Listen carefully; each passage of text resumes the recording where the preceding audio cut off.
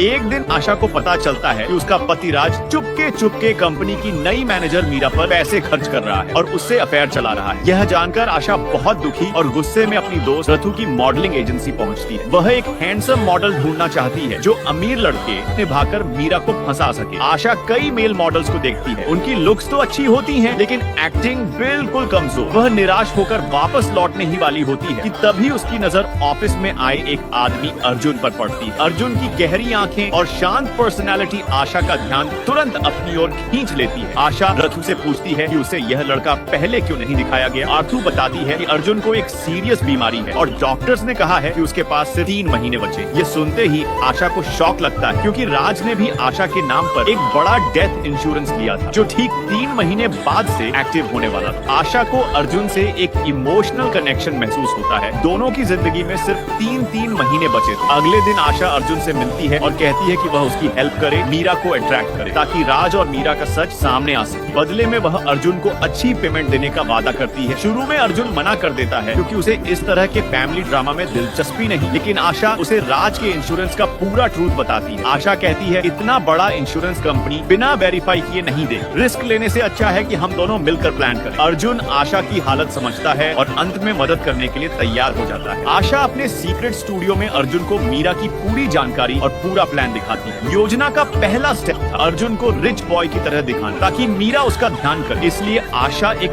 Luxury sports car arrange करती है और दोनों मीरा के पसंदीदा स्पॉट पर पहुंच जाते हैं। जैसे ही मीरा वहां आती है, अर्जुन तेजी से गाड़ी रोककर उसके सामने आ जाता है। मीरा पहले डर जाती है, डांटना चाहती है, लेकिन जैसे ही उसकी नजर कार पर और फिर अर्जुन पर जाती है, उसका गुस्सा शांत हो जाता है। अर्जुन पूछता है आप ठीक हैं? मीरा स्वीट बनकर कहती है हाँ, लेकिन गाड़ी धीरे चलाइए। जब अर्जुन फोन निकालता है, मीरा समझती है कि वह उसका नंबर मांगेगा, पर अर्जुन उसकी कुछ तस्वीरें खींचकर कहता है बस सबूत के लिए, क्योंकि आपने कहा कि आपको कोई चोट नहीं लगी। अर्जुन बिना रुके वहाँ से चला जाता है। मीरा के अंदर तुरंत उसे पाने की चाह बढ़ जाती है। अर्जुन का इग्नोर करना उसे और आकर्षित करता है। कुछ दिनों बाद जिम में उनकी फिर मुलाकात होती है। मीरा जिम की रेगुलर मेंबर होती है। अर्जुन वहाँ भी उसे कोई स्पेशल अटेंशन नहीं देता, जबकि मीरा के आसपास कई लड़के उसे इम्प्रेस करने की कोशिश करते हैं, लेकिन अर्जुन की अनदेखी उसे और चैलेंज देती है। अर्जुन का एक दोस्त, एक बॉडी बिल्डर, मीरा से बात करने जाता है, पर मीरा उसका सस्ता ड्रेसिंग सेंस देखकर तुरंत मना कर देती है। यह भी अर्जुन की प्लानिंग का हिस्सा होता है। बॉडी बिल्डर ट्रेडमिल के पास पानी गिरा देता है। मीरा सोचती है कि अर्जुन उसे बचाएगा, इसलिए वह जानबूझकर गिरने का नाटक करती है, लेकिन अर्जुन हेल्प करने नहीं आता। मीरा को थोड़ी शर्म आती है, पर दिल में अर्जुन के लिए अट्रैक्शन और बढ़ जाता है। आखिर मीरा खुद अर्जुन से बात करती है। वह उसकी शर्ट पर पानी गिराकर एक्सक्यूज बनाती है। जब मीरा अर्जुन की फोटो गैलरी देखती है, उसे सिर्फ नेचर की तस्वीरें मिलती हैं, कोई लग्जरी आइटम नहीं। यह देखकर मीरा को और भरोसा हो जाता है कि अर्जुन असली अमीर परिवार का सिंपल बॉय है। मीरा अर्जुन को आर्ट एग्जीबिशन चलने का